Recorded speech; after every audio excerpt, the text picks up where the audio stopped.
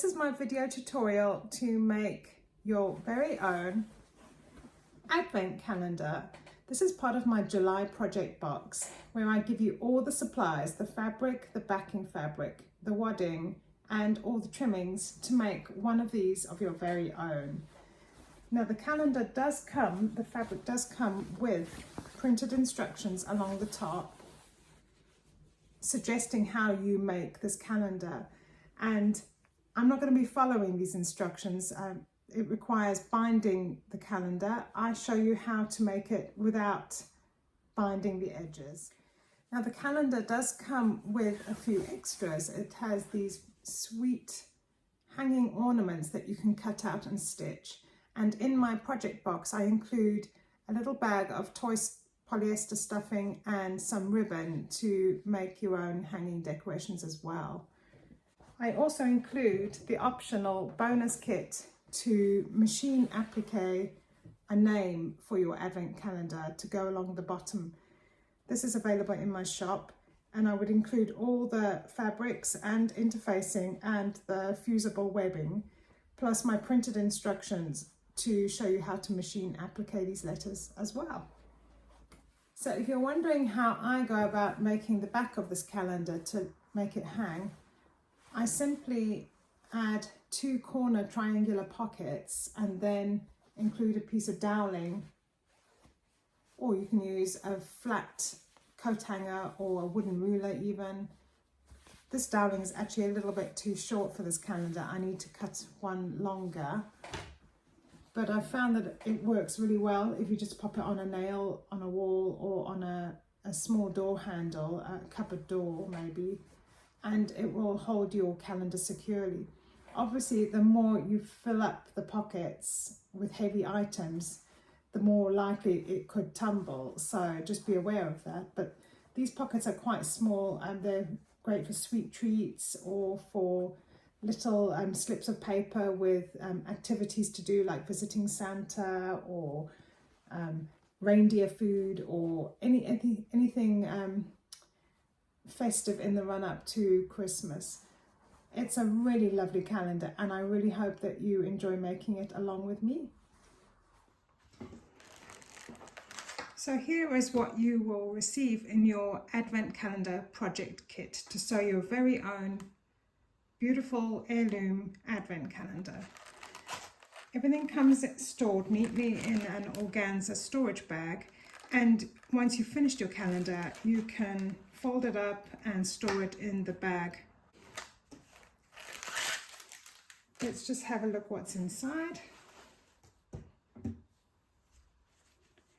So firstly, you'll get some lovely white baby pom-pom trim, which is a lovely way to add a bit of decoration to your finished advent calendar panel. And I'll show you how to sew that on. You get about 1 meter of that, which is enough to add to the top or the bottom or both of your advent calendar, or for the ornaments that are included in the calendar. You get this lovely burgundy or cardinal red ribbon, which you can save and use for the hanging decorations that are included with the advent calendar.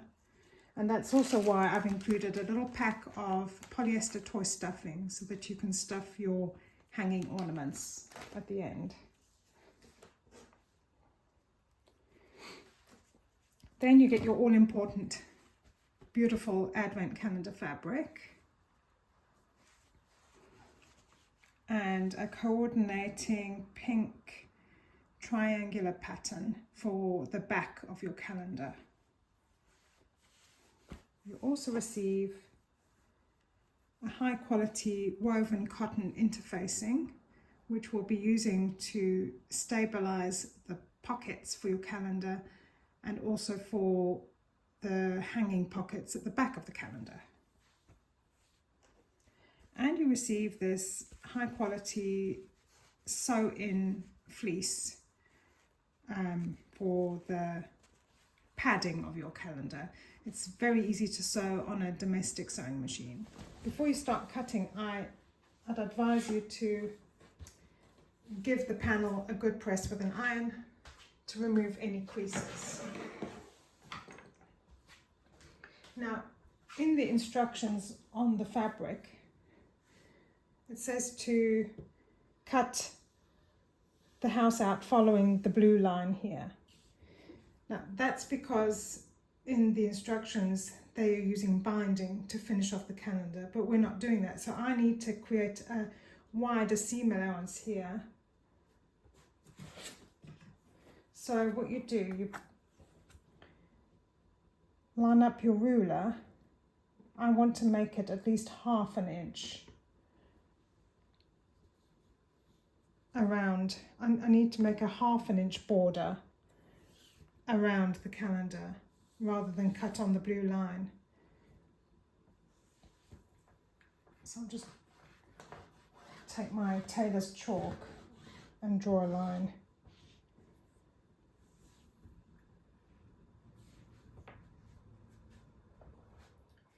So we don't need to do that for the bottom of the calendar because there's already more than enough seam allowance down there, but then you need to do it to the side. Again with your ruler, just adding a little bit of extra seam allowance. So the blue line is actually 1/4 inch, so we want to extend it to 1/2 inch.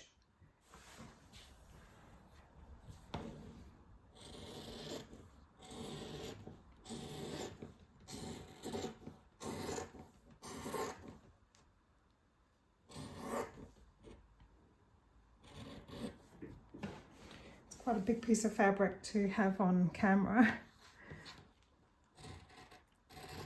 but hopefully you get an idea of what I'm doing. I'm going to chop this lot off. For this, the top part, you can just follow the dotted line there. That's more than enough seam allowance around the top.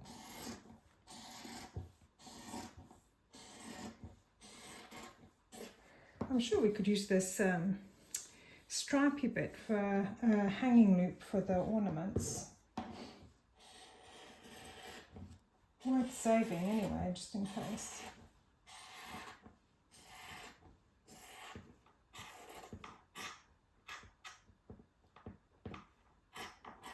Okay, we're almost done.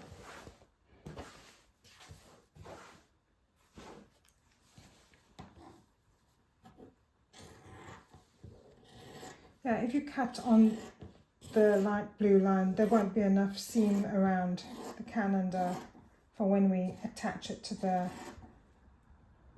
lining, the back of the calendar, I should say.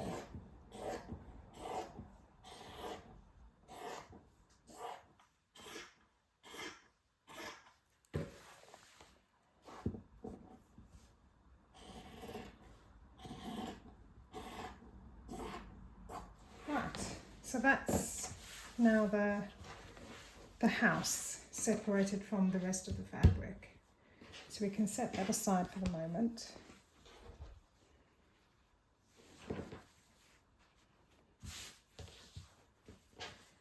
And let's move on to the pockets.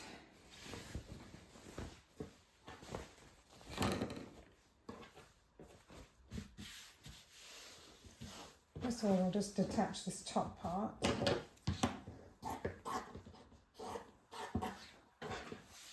And then we've got the ornaments at the top of the panel that we can remove, because we'll do those later.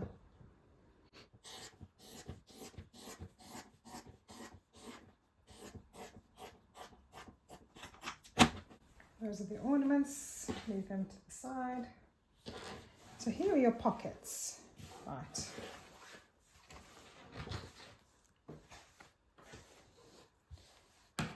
Now I am going to go with the suggestion on the fabric panel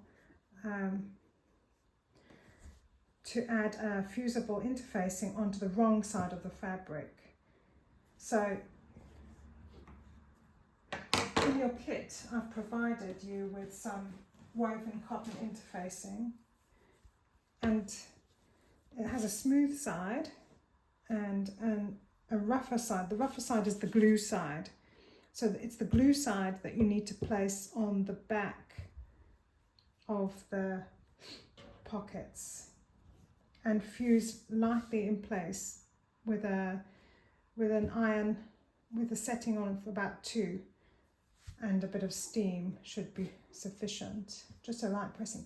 Now you can either cut out each pocket strip first along the dotted line and then fuse the interfacing on the back, or you can just fuse the interfacing straight on and then cut, which is what I think I might try. I just need to press this first. Okay, so here's a tip for adding the interfacing to the back of the pockets. So lay out your interfacing with the rough glue side facing up, and then you just lay the fabric on top, the pocket fabric, and you'll see it's virtually the same width, 22 inches. So just smooth it all out, and then just trim the excess interfacing before you take it to the iron.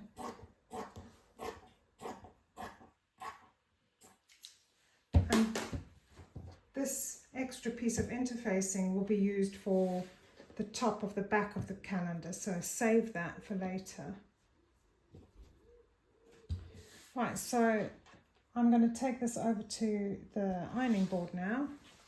I'm going to flip it over on the ironing board and just lightly fuse the interfacing in place before I cut the pockets. Took longer than expected, but I've lightly fused the interfacing to the back, and I found that with a blast of steam it sticks better. And you can already feel that the fabric has more substance now. And all you need to do now is, well, firstly, cut along the horizontal cutting lines. Yeah, we're just going to follow the little scissors that they've given there, because these solid lines will be folded under when you're creating the pockets.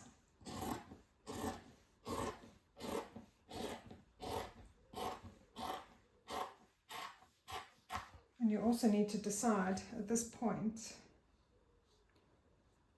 if you're planning to have the pockets in numerical order from 1 to 24 or jumbled up for extra fun. I've always found that the jumbled version is a fun advent calendar for the whole family, because even if you bring it out every year, people forget where the numbers are and have to look for them again. So we're just following along the cutting lines that are provided, and they're marked with the little scissors. We'll do the sides afterwards. And the little scissors there.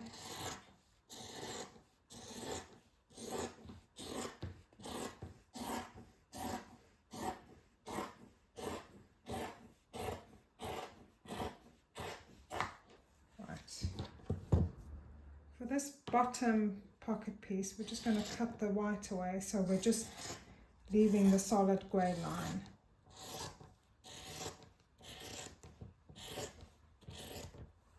Which will become the seam allowance when you're assembling the pockets. That's where we're going to be folding it. So just, we're not doing a neat enough job here.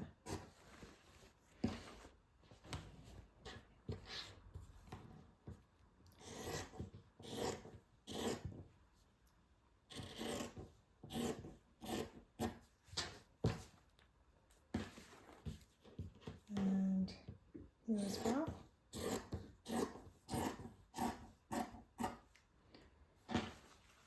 And the same applies with the numbers, because we're going to be folding in these edges, so you can just do away with the white salvage just to keep things neat.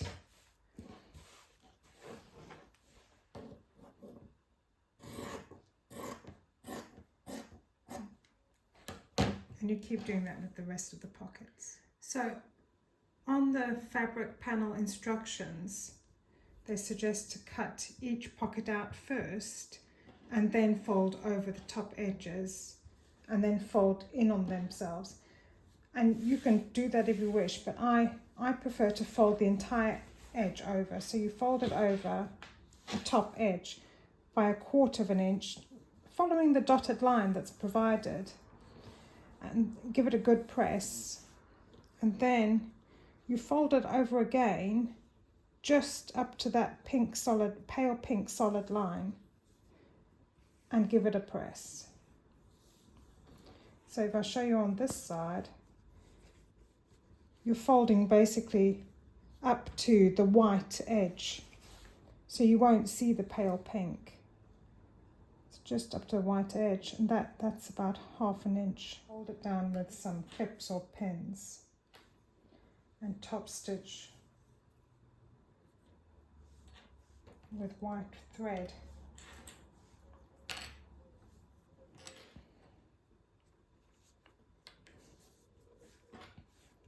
Make sure everything's as straight as possible. So we flip it over. And what I'll do now is run a row of stitches across the top edge. So now I'm just going to top stitch all along the top edge.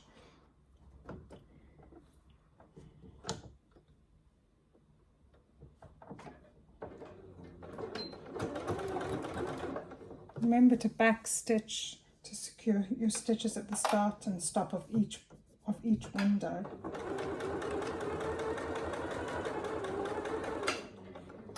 So when I get to the pink line, I'm just back stitching it to lock the stitch in place and then moving on. And then the same for each little window. Just so your stitches don't unravel when you cut the pockets.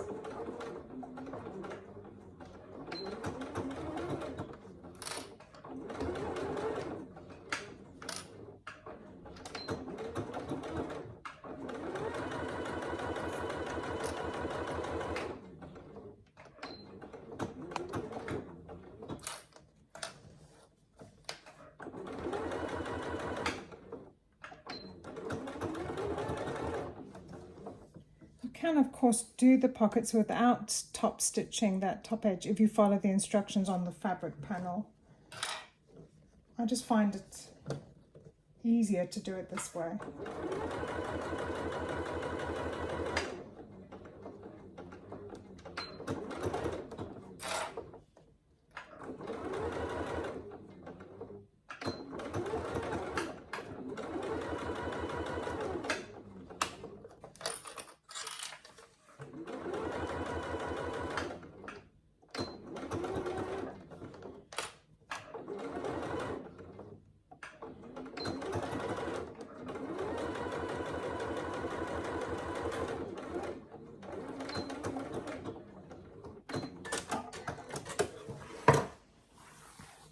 There you go, nice neat top. So you'll repeat that step with the other pocket strips and also with the large grey pocket at the bottom.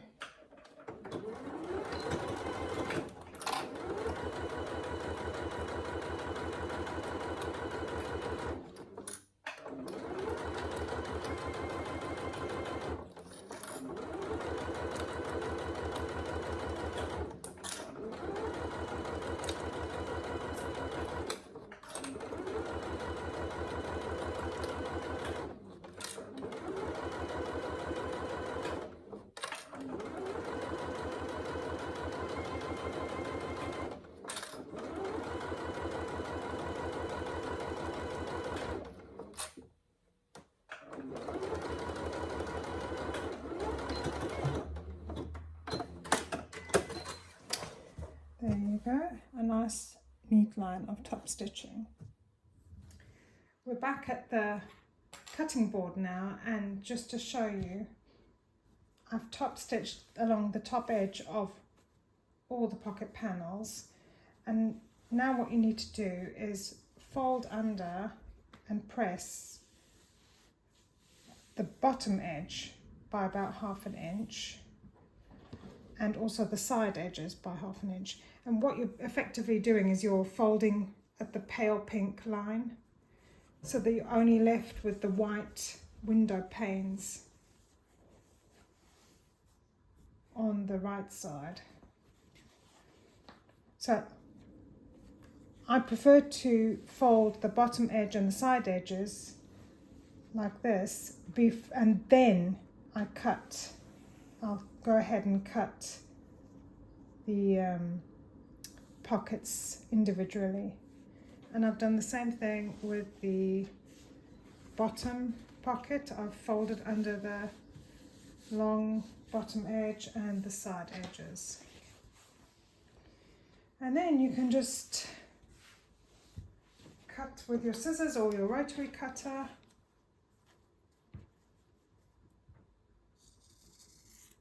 In fact, in this instance, I might just use my rotary cutter. You cut each pocket out, and then you just have to fold the remaining edges in and give it a good press. And then we're ready to start pinning the pockets onto the calendar.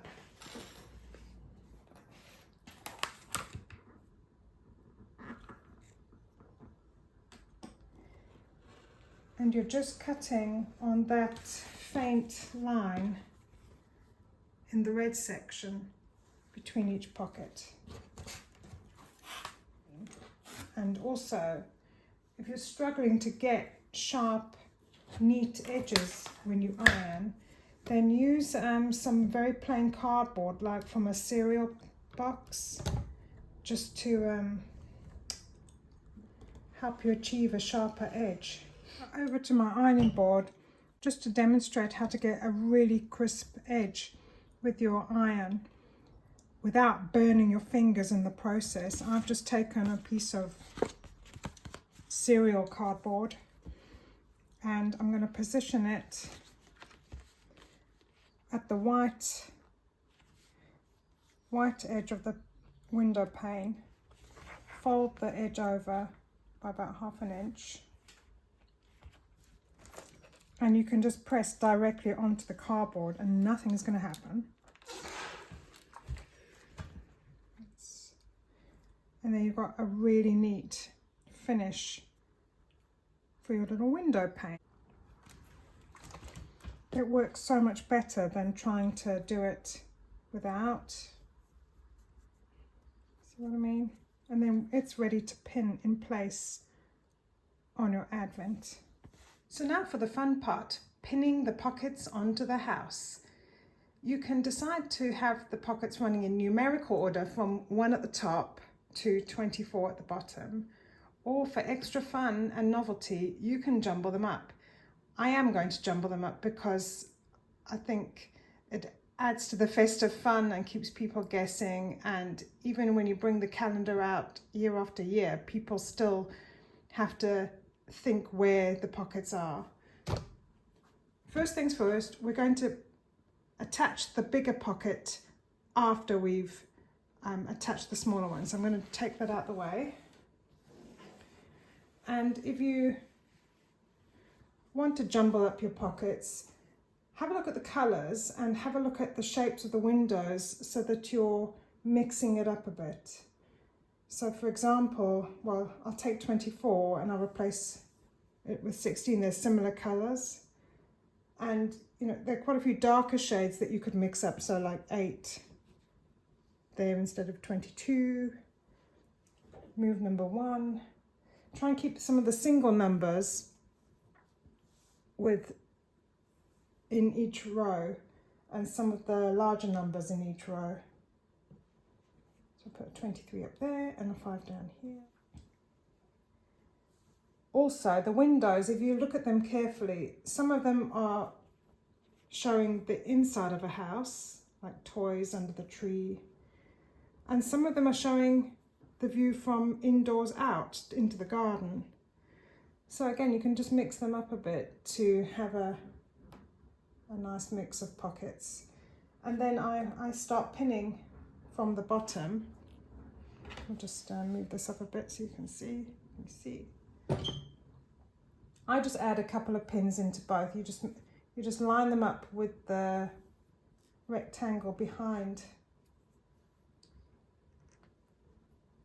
each pocket, and I put a couple of pins in the center of the pocket so that you can stitch down the side, stitch along the bottom edge, and stitch up to the top edge. You need to back stitch when you reach the tops of the pockets to reinforce them, and also because we've got the window frames, you can just follow the lines. So you're not in any danger of sewing skew for this project. It's helpful with the window panes. Now, once I've decided on how I'd like my pockets arranged, I'm going to start sewing from the bottom right corner and work my way up. I've made so many calendars in the past, and I found when I've started from the top, the rest of the calendar is on my lap and all the pins are pricking my legs. So no, I'm starting from the bottom and working my way up to the top. Another thing to mention, when you're refolding the edges, make sure that they're tucked under nicely so that the raw edges are completely hidden when you pin down. And you can always reposition the pockets as you're sewing. It's better to have them neat first time than have to try and unpick them afterwards. Okay, so I'm ready to start sewing the pockets down, and I'm starting at the bottom right corner. Just position your presser foot so that the needle is touching the window pane, and lower your needle in to hold it in place. And what I do is I have a pin that where's a good one? A longer pin that I'll use to tuck in the raw edges if they appear while I'm sewing.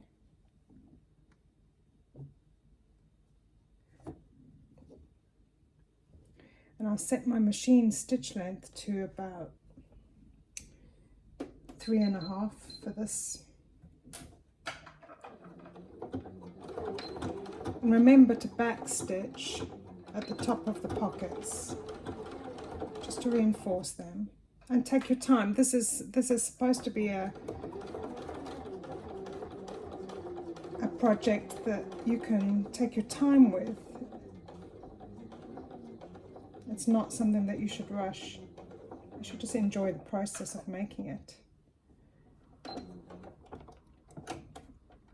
And then when you get to the bottom of the window pane, lift the presser foot up and pivot.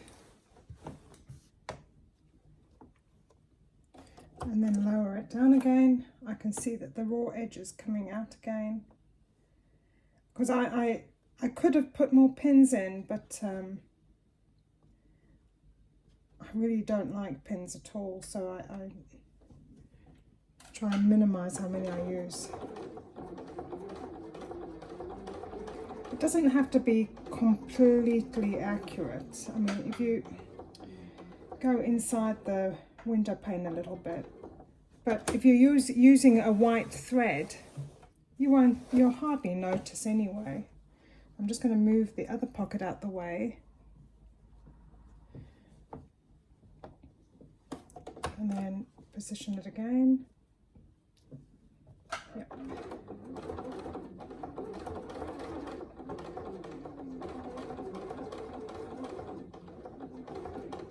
I'm nearing the top of the pocket, so I'm going to get ready to back stitch again.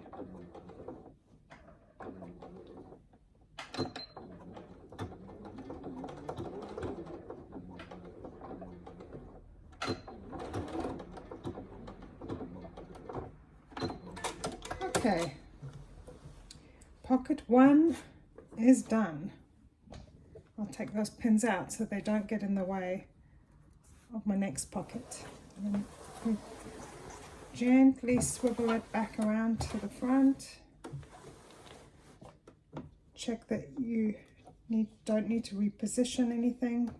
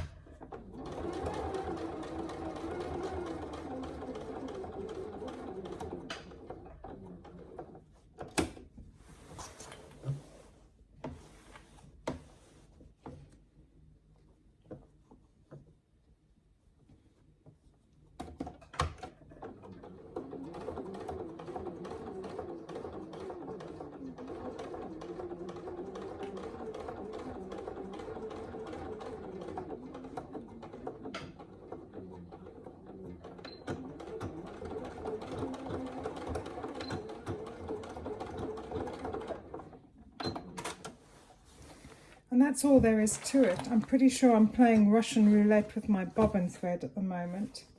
So I'll get that changed and carry on stitching the other 22 pockets down. So all the smaller pockets have now been stitched in place and it's looking really pretty. Now we need to attach this front bottom pocket. Now in the lookbook provided by Art Gallery Fabrics for the Adventale Advent calendar, they've not actually added this front grey pocket to the calendar. Whether that was just a mistake on their part or they deliberately chose not to include it, I'm not sure, but we're going to include it because it's part of the calendar. You could leave it off if you prefer. When you've cut it out and top stitched along the top edge and you fold it under the sides and bottom, it actually is shorter than the rest of the calendar, and I'm pretty sure that's because the way they assemble the calendar on the fabric panel instructions, they attach this at the very end after they've quilted and added the wadding and the backing. But for the way I'm going to construct this calendar, I really need to attach it now. And because it's not as long, not as wide, I should say, as the rest of the calendar, we need to make sure it's centered nicely. So I folded the panel in half and just finger pressed a center crease down the front door, and I've done the same with the pocket so that we can match up those creases.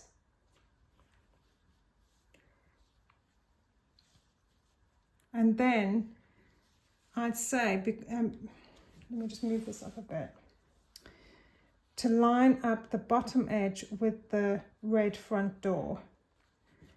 So there will be a little bit of pink and a little bit of blue beyond that. That's okay.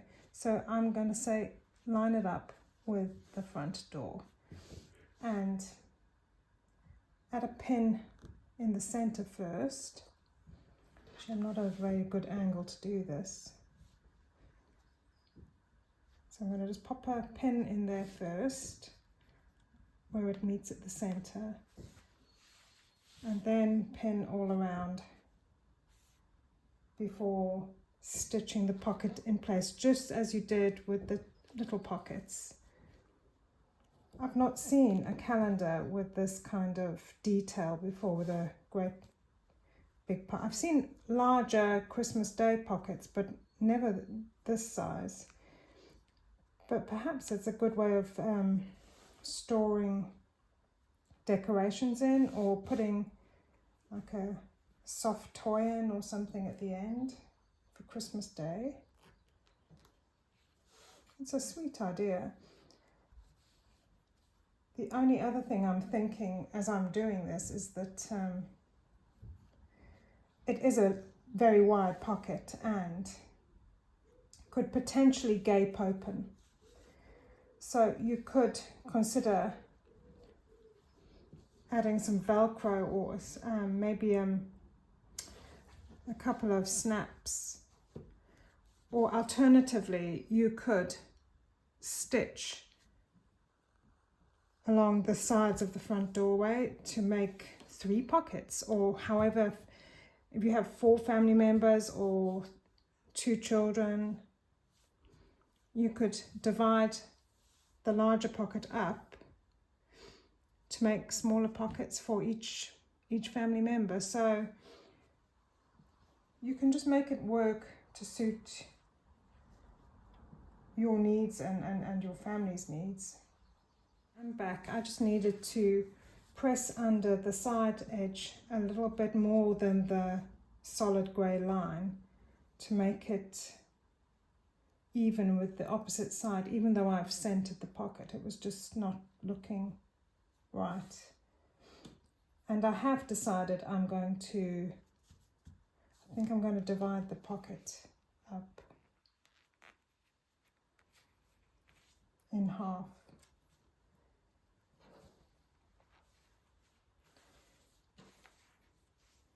I might just put another pin in there. Oh, and I've got to put pins in the other side as well.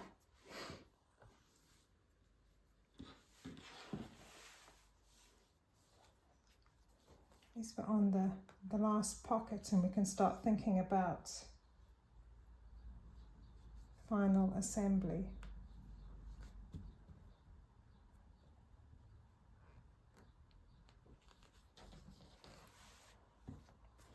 Let's just check that's even.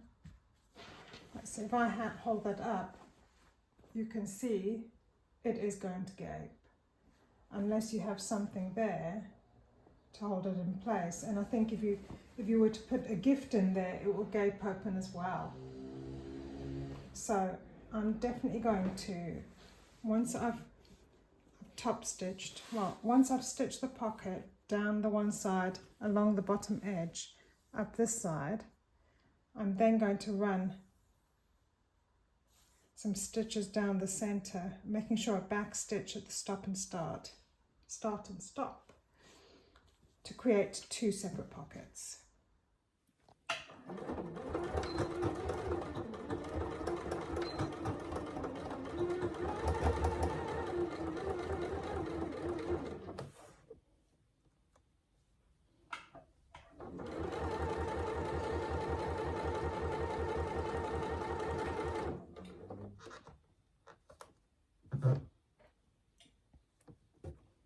It's actually better that this large pocket is shorter than the edges of the calendar, because it would just be an extra layer to deal with at the end.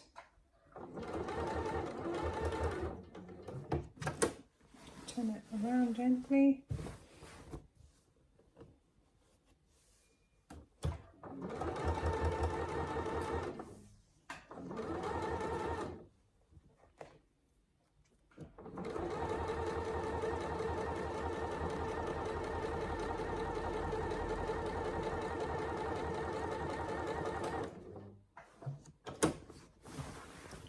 Last bit.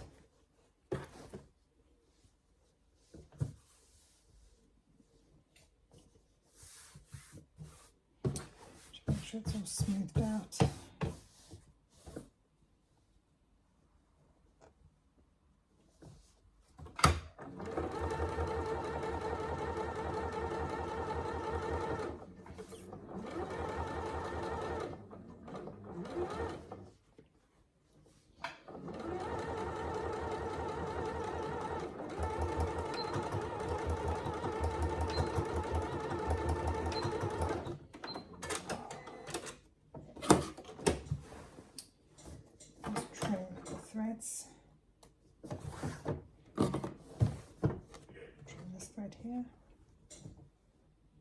So I do this from the bottom to the top because it's such a big pocket.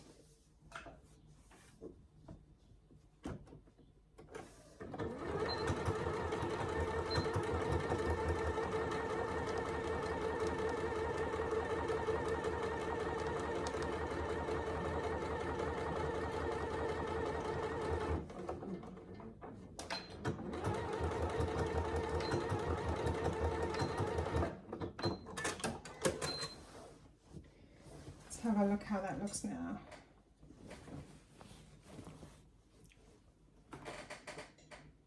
Yeah, I like that. It's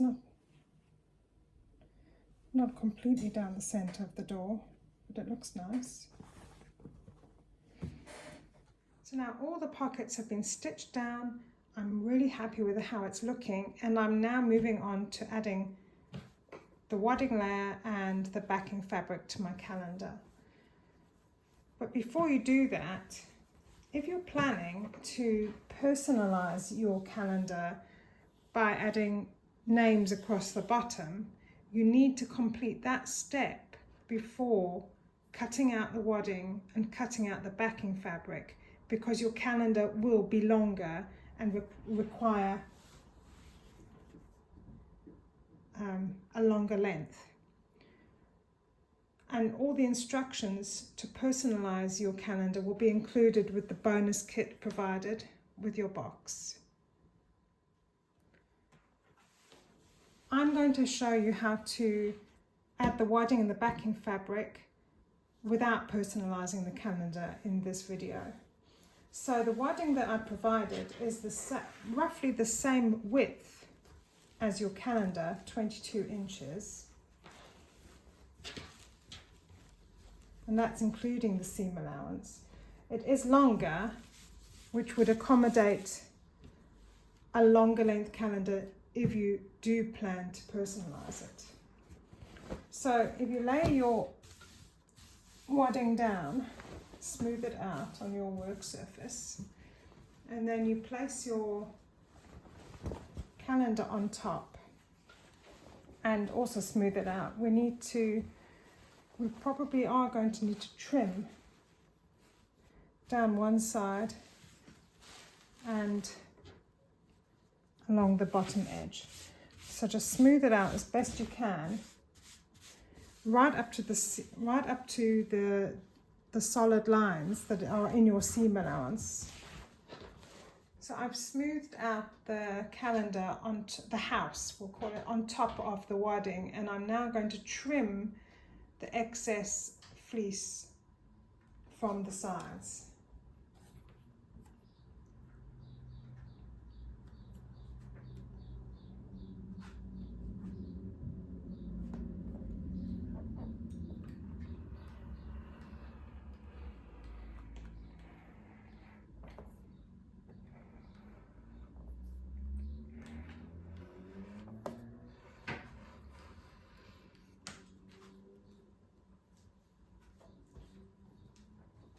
Come over to this side, do the same thing. I need a bigger quilting.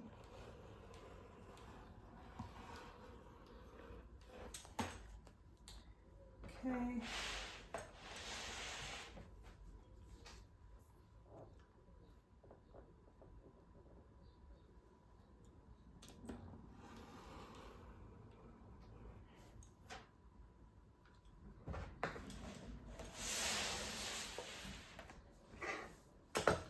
You're left with a small piece of wadding, fleece that you could actually use to pad out your ornaments if you don't want to use the stuffing.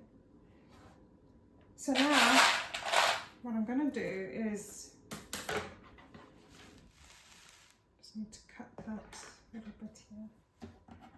I'm going to just secure the fleece in place with some clips just to hold it in place, and then I'm going to baste stitch, meaning a longer stitch length all the way around the calendar,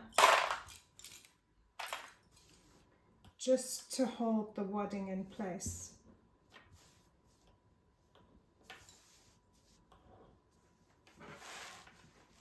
When I mean wadding, I mean sew-in fleece, because that's what I've provided in my box. And I'm just going to base stitch within the seam allowance, so at about 1/8 of an inch seam allowance. It's just to keep everything nice and smooth. That also prevents shifting when you're adding the backing fabric if you just secure the fleece in place first.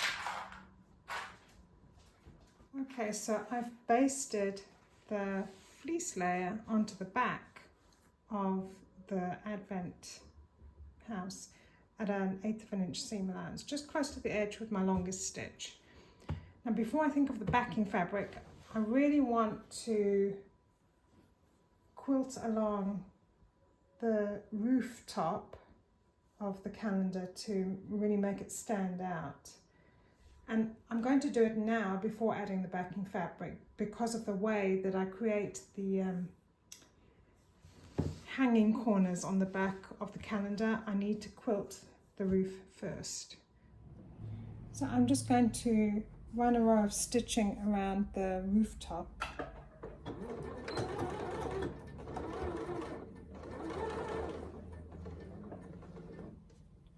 And I'm just following the little snowballs.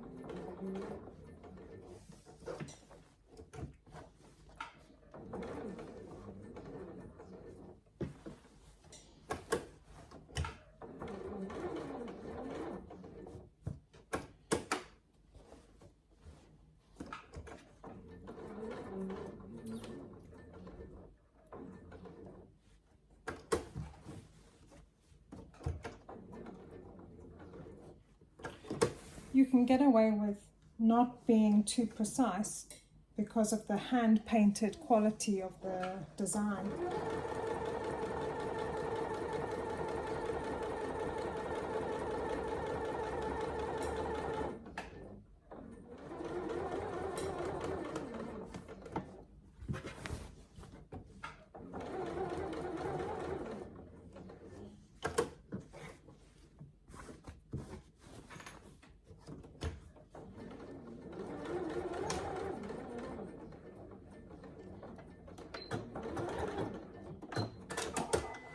Let's have a look at what I've done. I've just stitched along the top of the roof just to highlight it a bit. I mean, you could do the same around the Christmas sign. Maybe I can do that as well.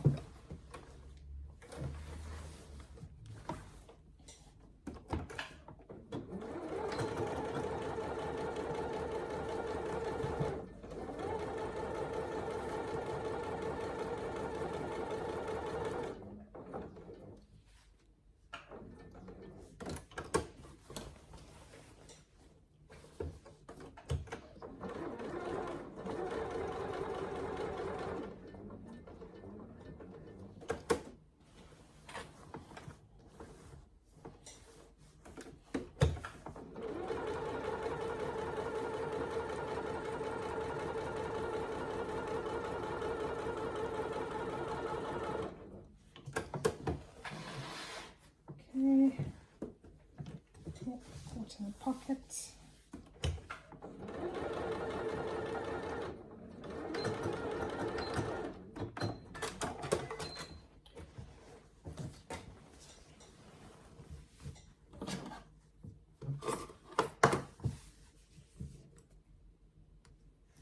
Just get rid of the loose threads. I mean, you can quilt it as you like. I could even go around the chimney or go around those windows. We're just talking about the top edge here for quilting. If you're going to add any more quilting to the calendar, you should do it after you've added the backing fabric. Now you need to lay your advent calendar on top of your backing fabric. And I've given you a full yard in the project box of this triangle print. So you've got more than enough fabric to play with here if you decide to make a longer calendar. So what I do is I lay it on top.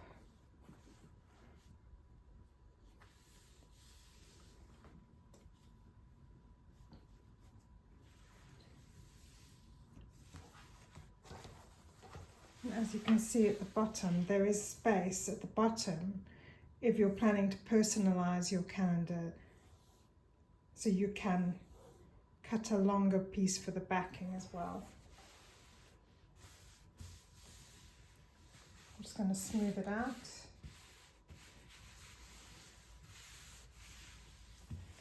Best you can, and then you can cut it out.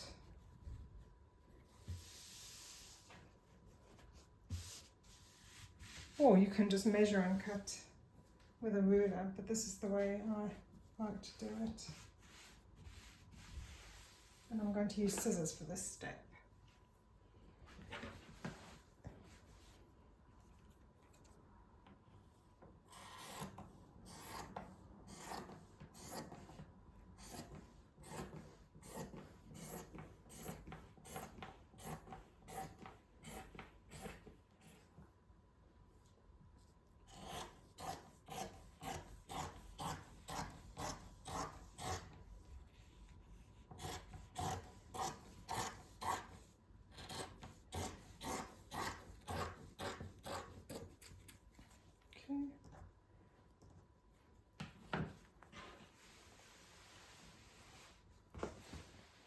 So you've still got another good 22 inches left of fabric to play with, which you could even use for binding if you decide you want to bind your quilt.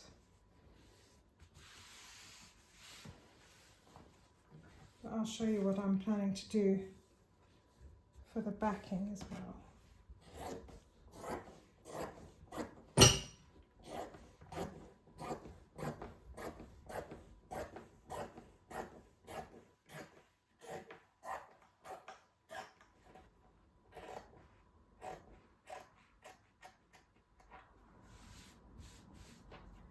Okay, so now you've got backing fabric ready. So now for the hanging corner pockets, you need to cut out two 10-inch by 10-inch squares. So I'm just measuring 10 inches.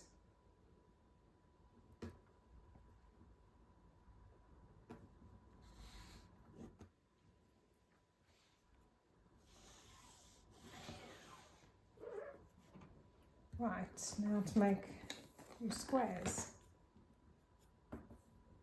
Oh, wrong side. Mark 10-inch there.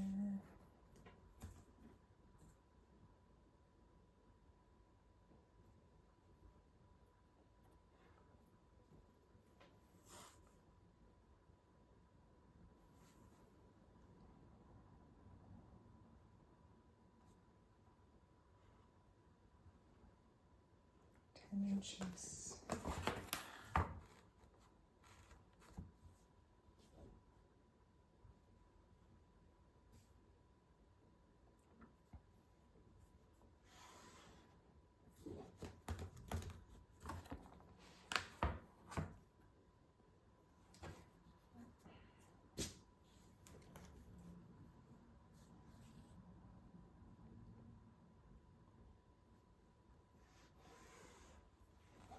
Okay, then you can cut them out.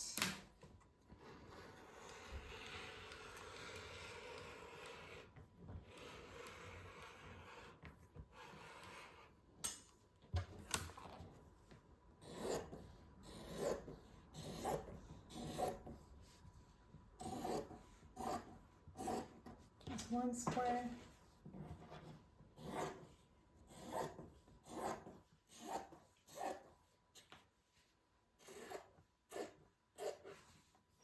So now take the leftover interfacing from when you attached it to the back of the pockets. And this is roughly 9 inches by 22 inches. So you need to cut 2 9-inch squares from this interfacing. And then we're going to center the interfacing on the back of the squares that we've just made.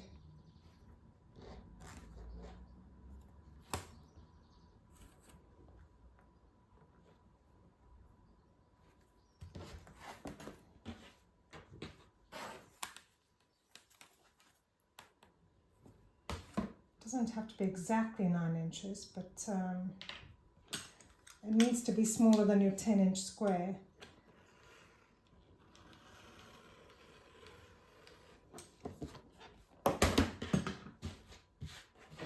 So now you're going to fuse or center each piece of interfacing onto the back of the squares that you made.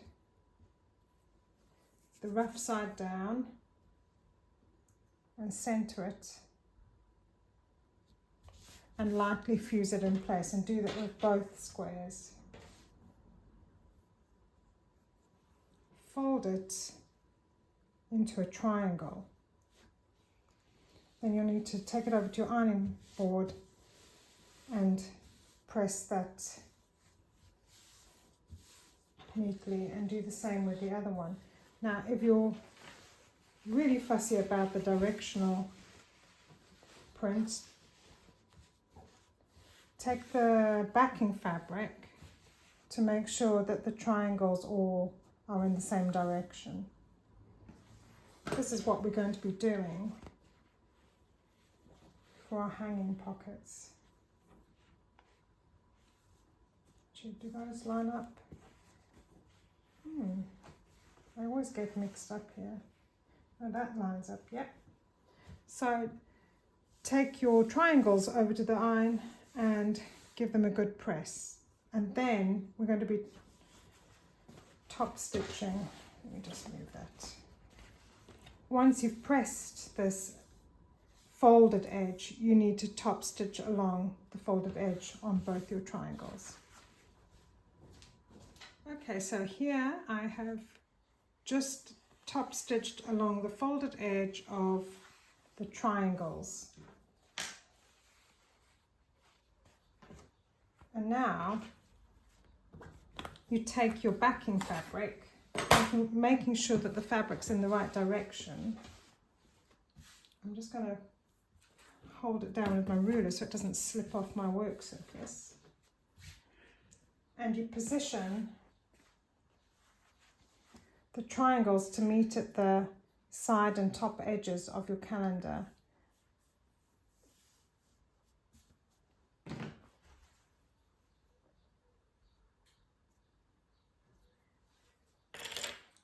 And now you just need to clip these in place, and I can already see that my triangles are upside down on the one side. So let me just do this side.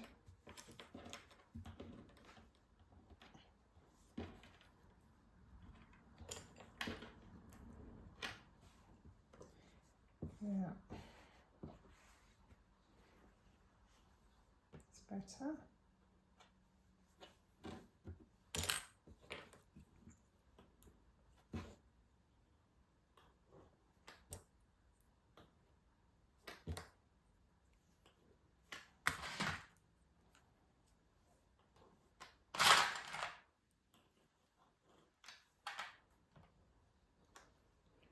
And what you need to do now is just baste along the side and top edge of the triangles to secure them in place. And this will be your hanging pocket. So if you imagine this is your dowling rod, or you could use a big ruler, and you would slot it into your calendar, and then you can just pop it on a hook on a wall to hang up your calendar. I'm just basting the triangle corners onto the backing fabric, and you do this at 1/8 of an inch seam allowance, so quite a narrow seam allowance, and on your longest stitch.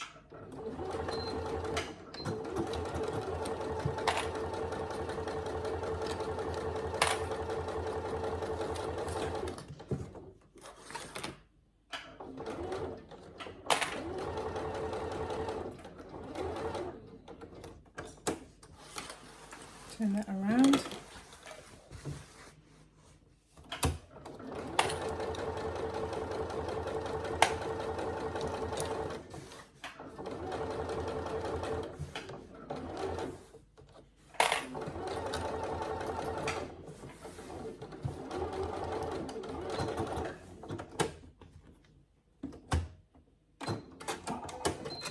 See, that's shifted a little bit, but it's fine. I can just trim the top.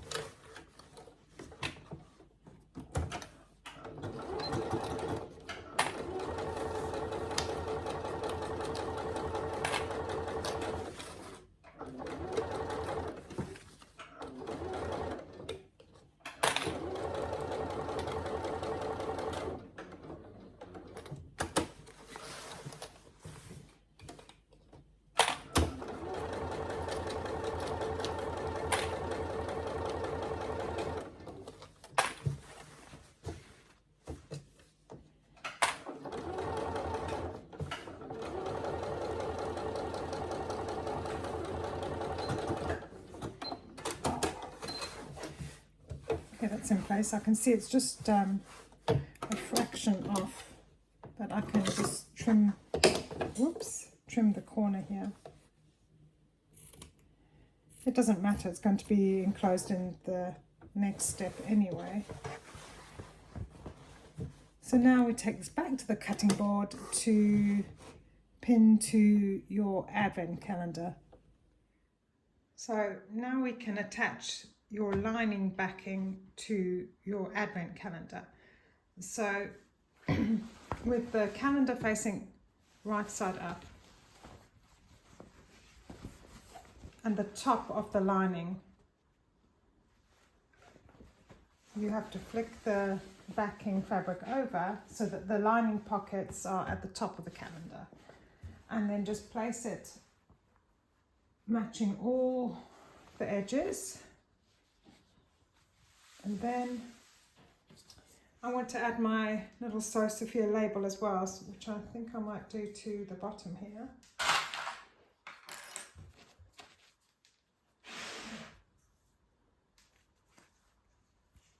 So that when the calendar's finished, it's got my little label on it. If I do it that way, I think I'll just put it on the bottom edge.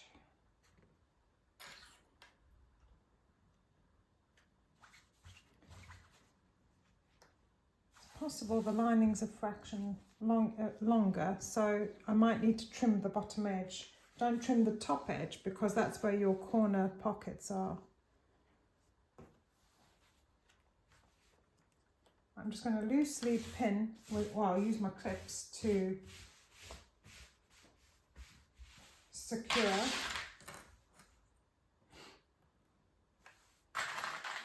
But I might need to readjust afterwards.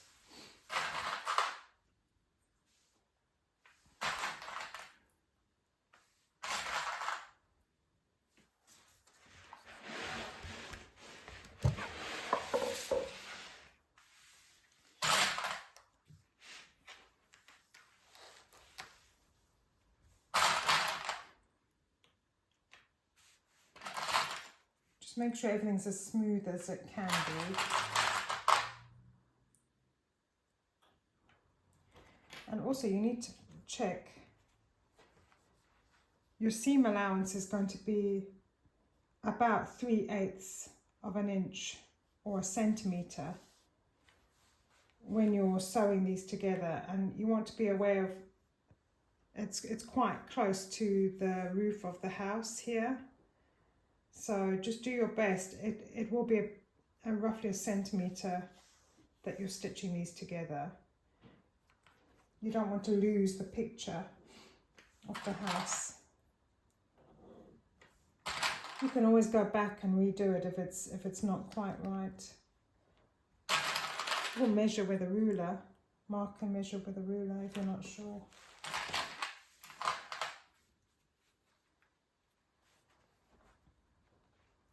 Yeah, it's not so bad that side. It's quite close.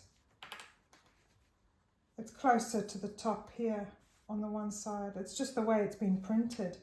The fabric's been printed.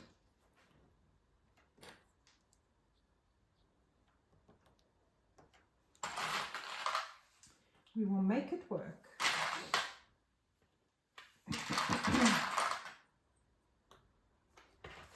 And then along this side, smooth it out as best you can.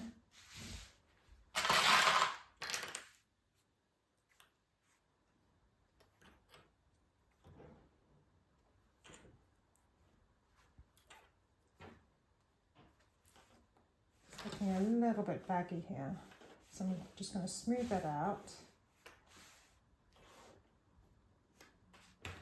I can see it's a fraction longer on the bottom here, which is fine. We can adjust that. If you add more clips, there's less likelihood of movement, the fabric layers shifting. That's also why I prefer to baste the fleece layer in first and then adding the lining. When I say lining, I mean backing fabric. I keep thinking like a bag maker, not a quilter. Okay, now I'm going to flip that over because I can see it's a fraction longer. The backing fabric is a fraction longer, so I need to just cut that.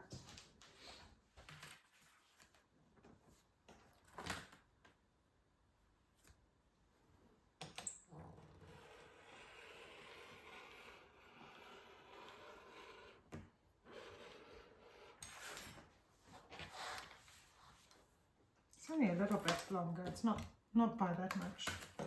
Now I'm inclined to stitch these layers together on the fleece side, because then you can see where you made the stitches to baste your advent calendar.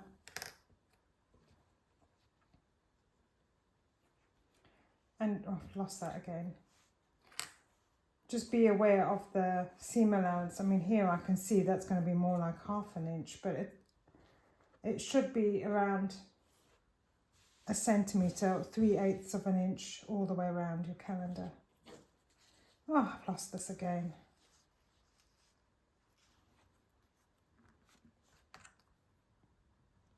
Right.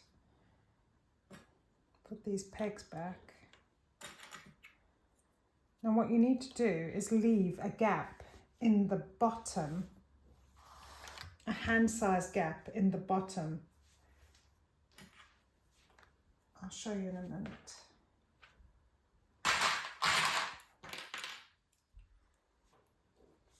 Roughly 5 inches, where you're going to turn through the calendar at the end. So you can even mark it with your clips or a pencil. You can do it with this actually.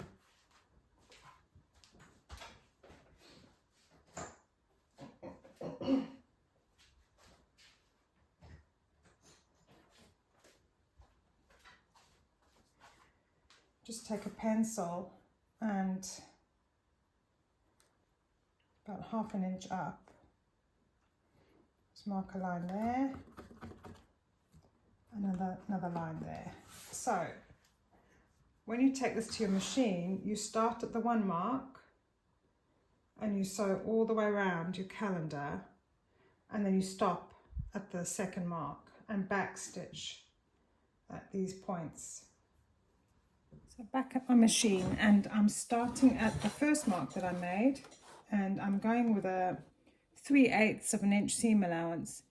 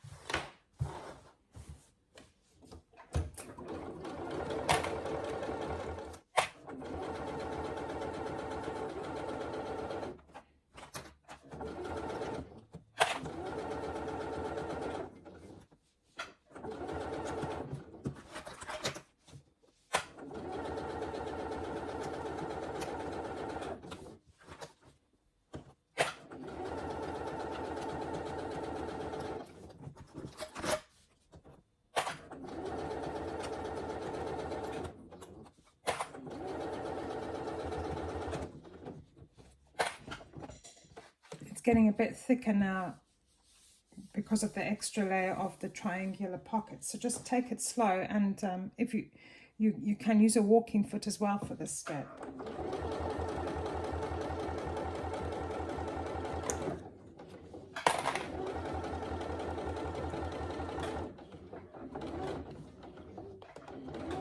You just need to make sure that there's minimum movement between the layers.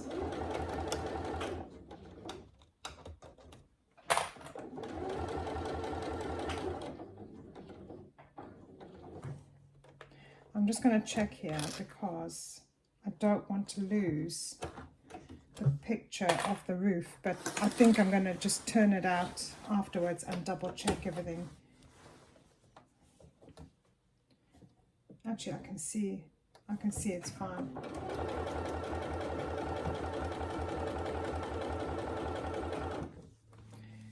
And in fact, because I quilted around the rooftops, I can see where that curve is, and I know that I'm going to avoid it.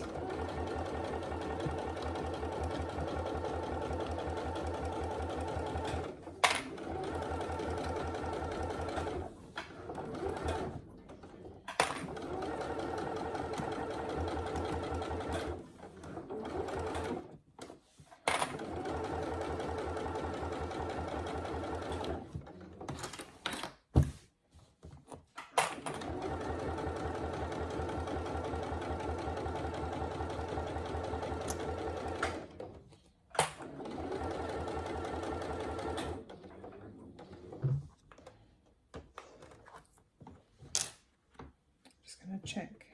Yeah.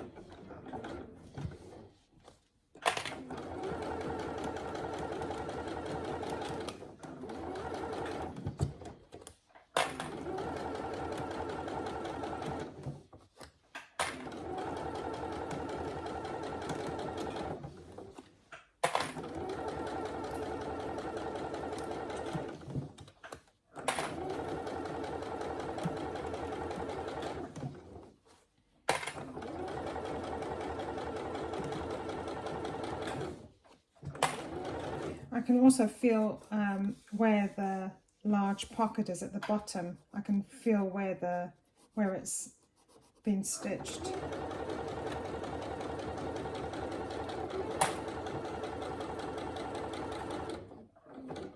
Okay, last bit is up to that mark that we made.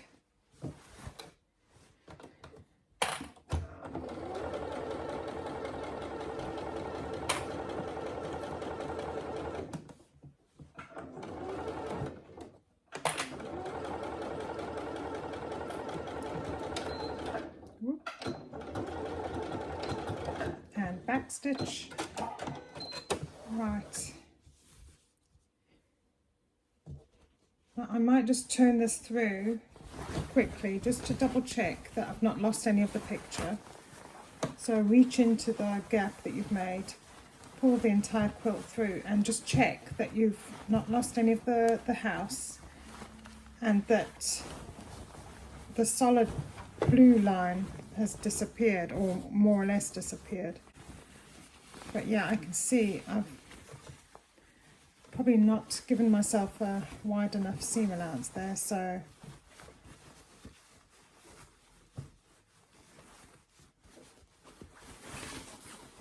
let me just double check the top of the house.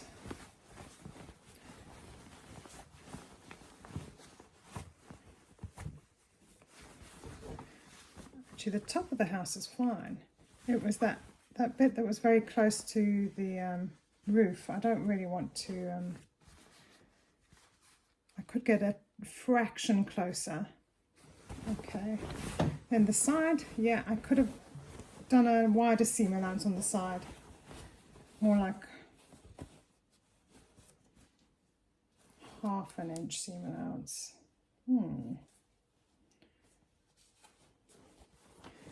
Okay, so I could just adjust it a fraction And then along the bottom, I'm planning to include a pom-pom trim anyway. So the bottom, it doesn't matter if the pale blue line appears. But I am going to just stitch a little bit further in on either side and along the top edge. So once you've checked and you're happy with how the outside of the calendar is looking, turn it back inside out, because now we need to trim away the corners without cutting into the stitching. We need to trim at the diagonal on all the corners, and also we need to trim down the seam allowance to about 1/8 of an inch all the way around, apart from the bottom, where the bottom gap is, because we need to fold that under and press it. So let's just cut the corners first. Be careful not to cut into the stitching. And paying particular attention to the top part of the calendar, where your corners are, your corner hanging pockets are. You really need to cut into the fleece layer here to reduce the bulk for when you're turning it through. Even if you just cut the fleece part and not the fabric, you just need to reduce as much bulk in the seams as possible for the top of the calendar, so that you get a nice pointy edge, pointy corner I should say. Okay, so I'm going to just shave away some of this fleece. It's quite thready here as well. You just got to be careful that you don't cut into the stitches. It's fine if you cut into the basting stitches, just not the main stitches that you've made to attach the layers. You can always come back and trim the seam down a fraction more if you need to. And then the bottom edge, I'm going to cut away this fleece as well, just so that it's easier to press it at the end.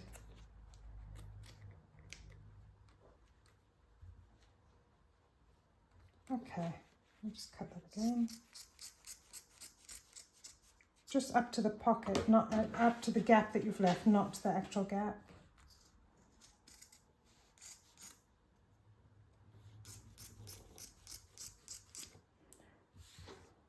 And then down the side edges to about 1/8 of an inch.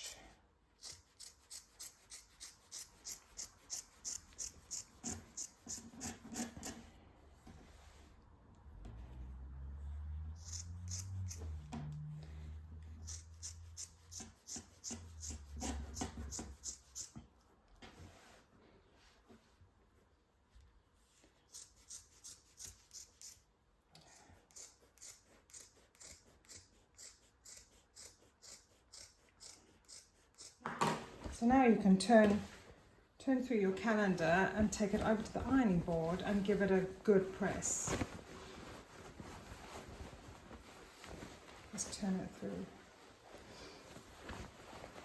We're almost done.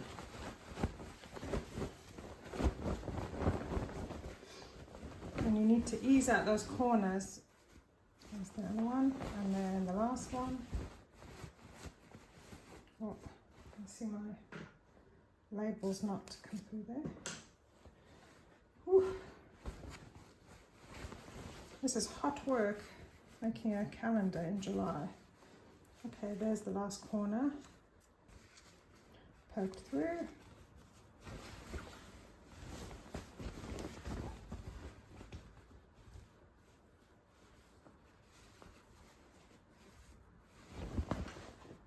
Over at the ironing board, I'm going to iron on the back of the calendar first.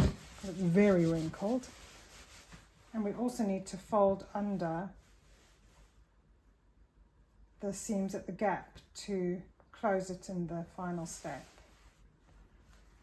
let's iron it first. I probably need a bit of steam at this point just to remove the creases.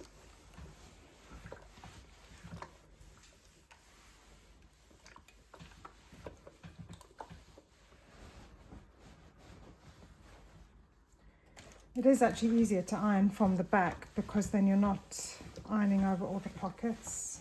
Although I will iron there as well at the end. This is just the first iron.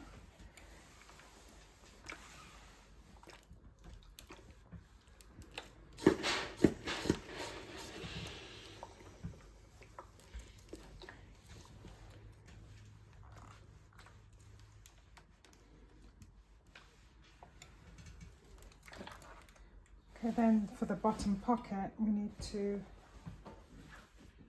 turn this section under on both sides.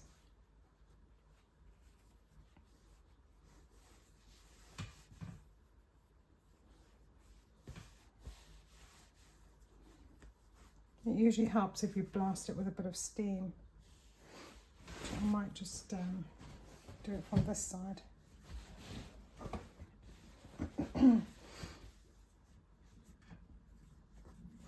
Just fold it at the blue line.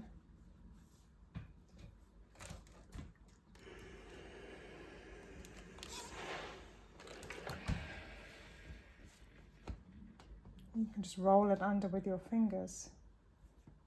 Tuck everything in place. And then just double check it.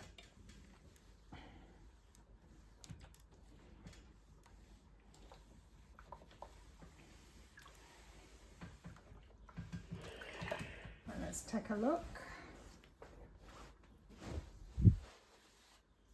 Make sure it's all even on the bottom edge. I am going to be adding some pom-poms along the bottom edge as well. Just for extra fun and to make it look extra snowy.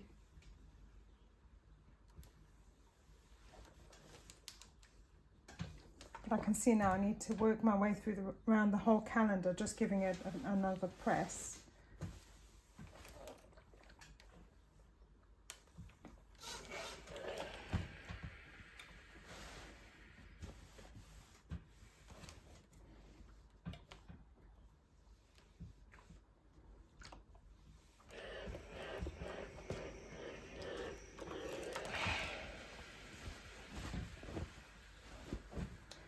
So I really don't want the lining, the backing fabric to show. I just want the red brick to show.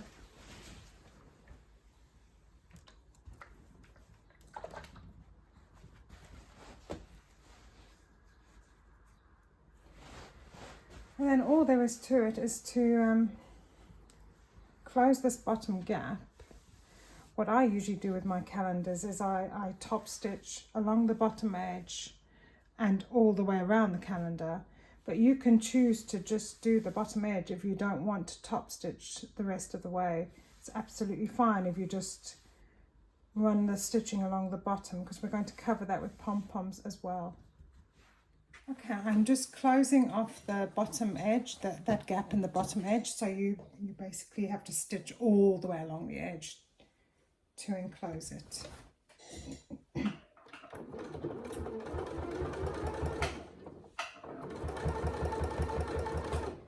I'm actually stitching directly on top of the bottom edge of the big pocket.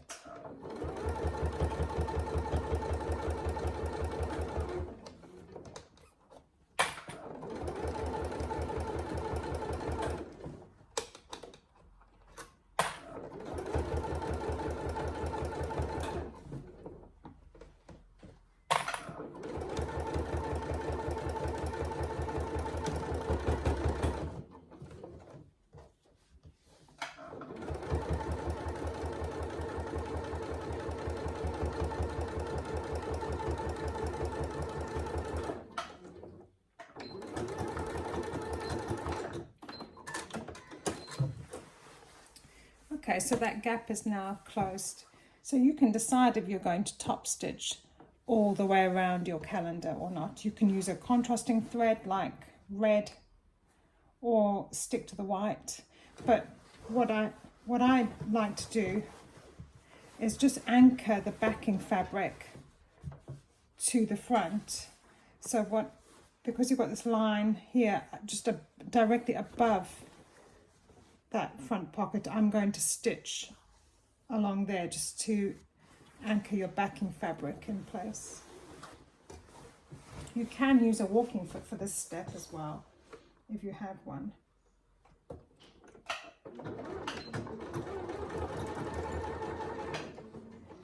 Making sure that you don't close the pocket.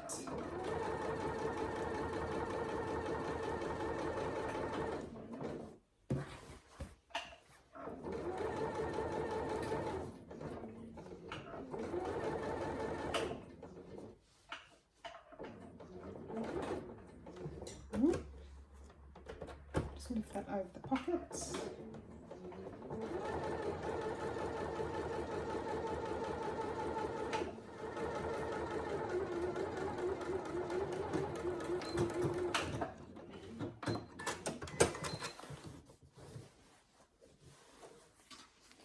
And then you can choose if you're going to top stitch the rest of the way around, but just be careful at the top that you remember you've got those corner pockets as well.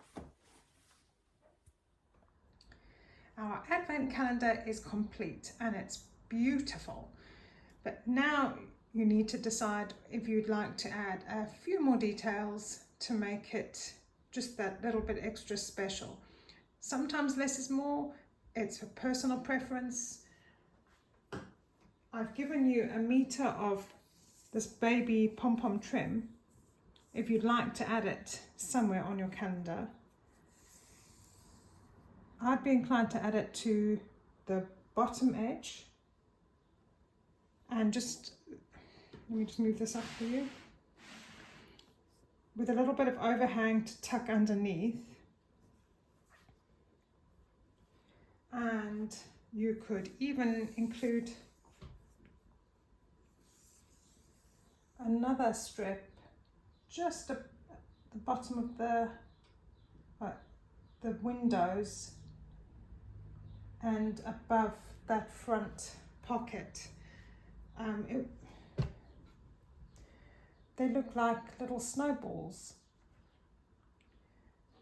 In fact, you could even just have it above the pocket just to trim off the house. So if you do plan to add your pom-pom trim, you can hand sew it, or you can machine sew it, or you can simply glue baste it with a fabric glue like fabric tack.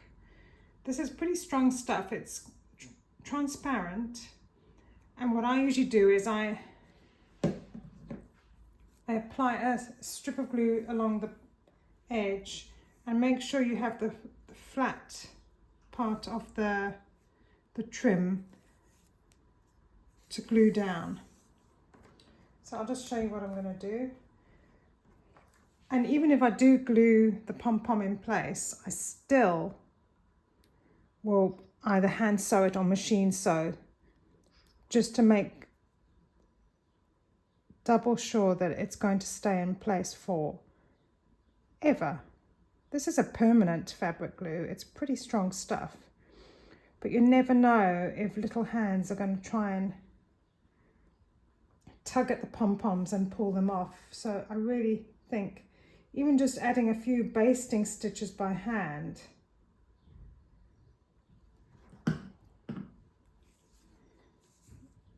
I get the flatter side of the pom-poms. And also add a bit of glue or anti-fray glue to the ends of your pom-pom trim.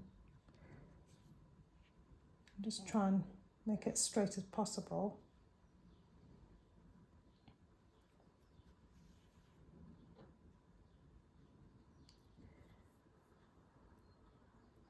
This glue does go down, it does dry quite hard. It makes things stiff, so I tend to machine sew it as soon as possible, or even by hand. It creates quite a hard layer. And I'm going to do it to this section as well. I really want to. Why not? I just need to clean the end of that glue. It's the only thing with this glue, you really need to close the lid as soon as you've applied it, because otherwise it gets goopy. Just make sure you don't close that pocket. I'm just doing a dab of glue every inch or so.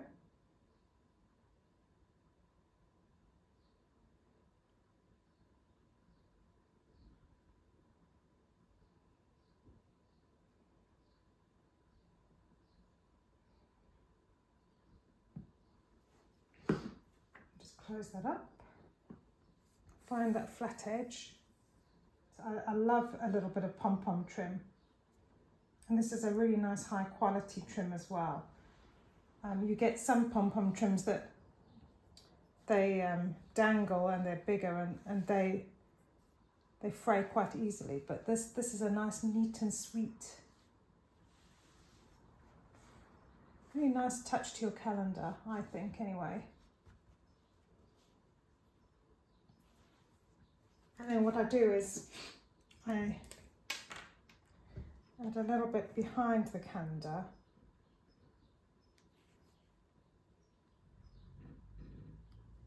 As well. Fold it over. Might need to dry that a bit.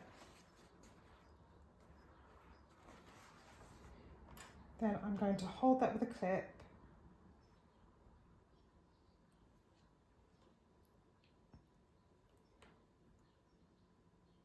Just to clamp it in place, and I'm going to do the same with this bit.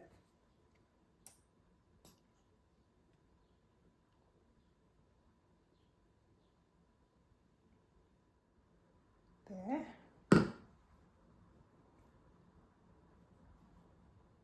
Press it down, and I might just cut that off.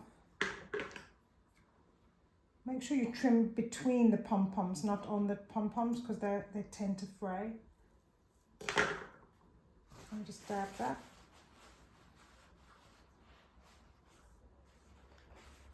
Okay, and again I'll add a clip there. Move to the other side.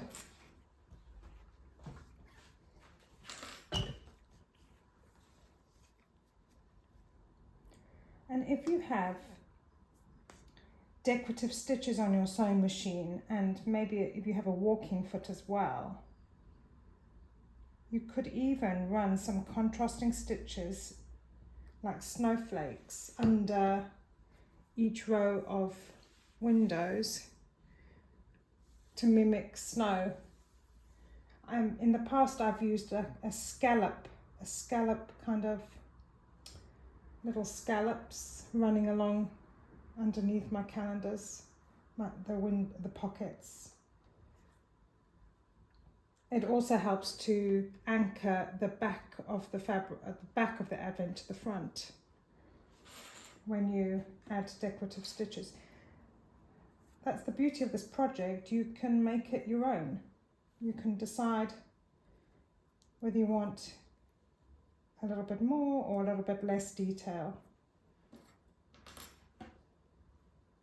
And if you're going to personalize the calendar, you could even just leave the pom-pom trim till you've added your names on the bottom, and then add the pom-pom along just that bottom under the names. The choice is yours. And every advent calendar is unique as the recipients. Okay,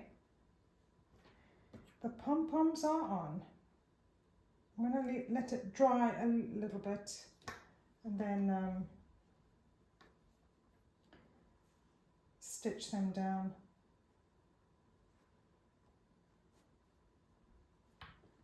And I think I will be using a few running stitches with by hand for this bit. There you go. Once everything's dry and your calendar is ready to hang, all you need is a piece of doweling rod. I bought a meter length of doweling. This is 5mm diameter. I bought a meter length of it, and I just cut to size for a previous calendar, so it's a little bit short for this one. But you just make it to the right size, and then you just slip it inside, and you can hang it on a nail or a little hook on a wall or on a door or on a shelf, wherever you like.